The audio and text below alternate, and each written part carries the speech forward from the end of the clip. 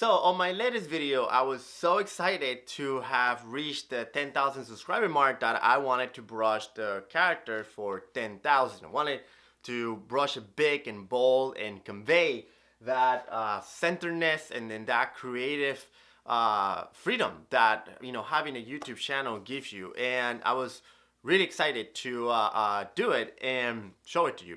However, I brushed it wrong. Some people spared no time in pointing that out, and at first I knew I brushed it wrong, but the reason why I decided not to redo it again is because I like the way it came out. I mean, it was the one time, one chance kind of feeling. It was just in that moment.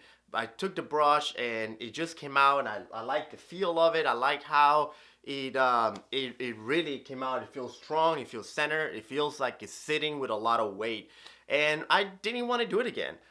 So that's why I decided to go with it. That's what happened. It has a mistake, but so be it.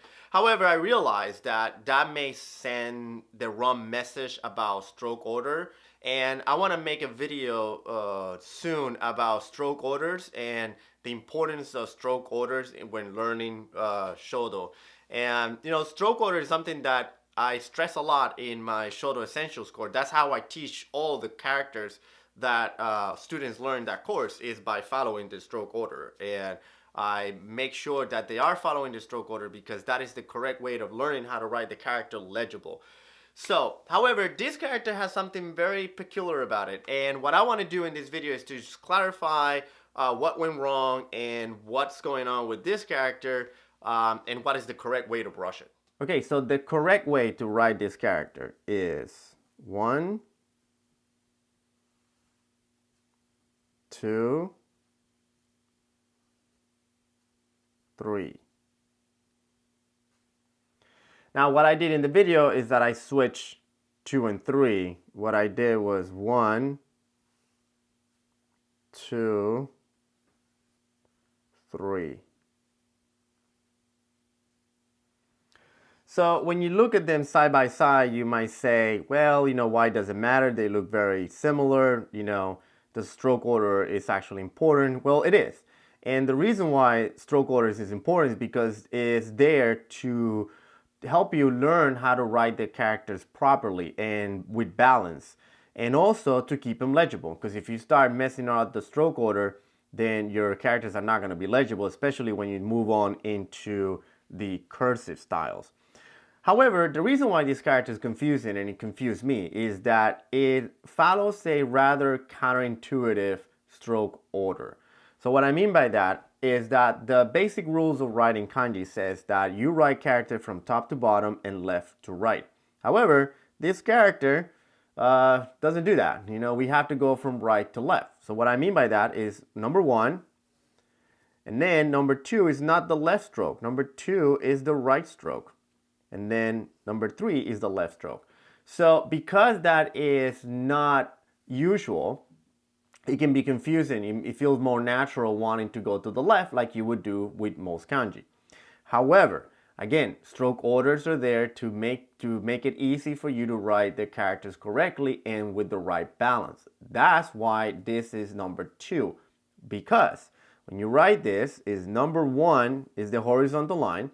And then this stroke needs to be placed at the center line of the horizontal on the top. So that means that I need to find my center line, which is right here, and it's easier to place that stroke when there is not a downward stroke happening. So I'm going to place this stroke on the center line, and then after I have this one, then I can come up with this one. So because it's easier to place this stroke right under the center line without the downward stroke, then that's why we follow this specific stroke order. If you do it this way, you may miss it, and then you may not place it in the right direction.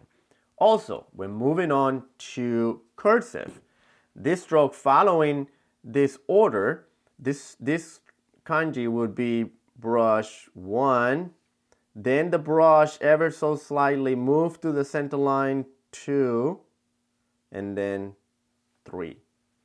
If you were going to write it this way, following a more natural way flow of writing most characters, then you would do 1 and then come in here and then back up again and 2.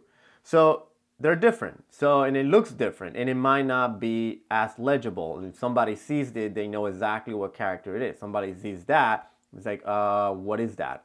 So that's why it's important, if you want to keep your characters legible, which you should follow the right stroke order. Also, it breaks the flow of the characters. It's another reason why stroke order is important, is to keep the correct flow of the character. So in the correct stroke order, the flow goes 1, and then the brush move to the center line, 2, and then the brush comes up, 3. While if you follow this one, you're breaking up the flow. You're going 1, and then the flow comes to the middle, 2. Now you got to go back to the center, and 3. So it's not a big deal, but what happened here is that we have an example of many examples where the character stroke order contradicts the basic rules of writing.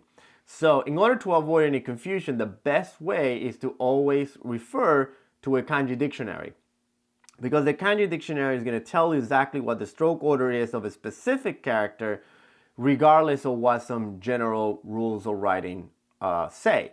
However, the rules of writing do apply for almost every character, and they will help you find the stroke order of some characters if you do not know. And I use the rules of writing and stroke order to basically decode some characters that are written in cursive, and that's the only way that you can find some characters that you don't know. But if you start messing up with stroke orders, then not only are you writing it incorrectly, but you also are going to run into a situation where your kanji is going to be off balance, it's not going to look correct, and it's going to be illegible.